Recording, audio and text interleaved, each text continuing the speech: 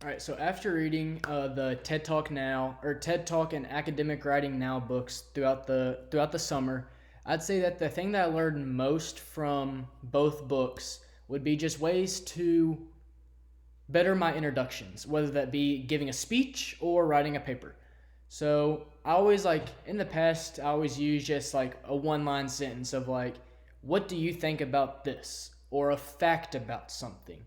And then reading those books, I kind of I learned a better way, in my opinion, is use like a rhetorical story. So imagine this, dot, dot, dot. Or imagine that, dot, dot, dot. Then go into a story. Like when I gave my TED talk, I talked about why the drinking age should be 18. So I used a hypothetical story of a girl named Sally had too much to drink one night and needed help but didn't want it.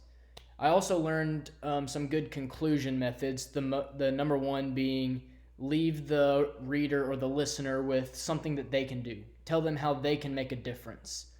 And then overall, with my final thoughts, I liked the TED Talk book quite a bit. The academic writing now I felt was kind of repetitive of the TED Talk, just in different words, so it was not really as necessary.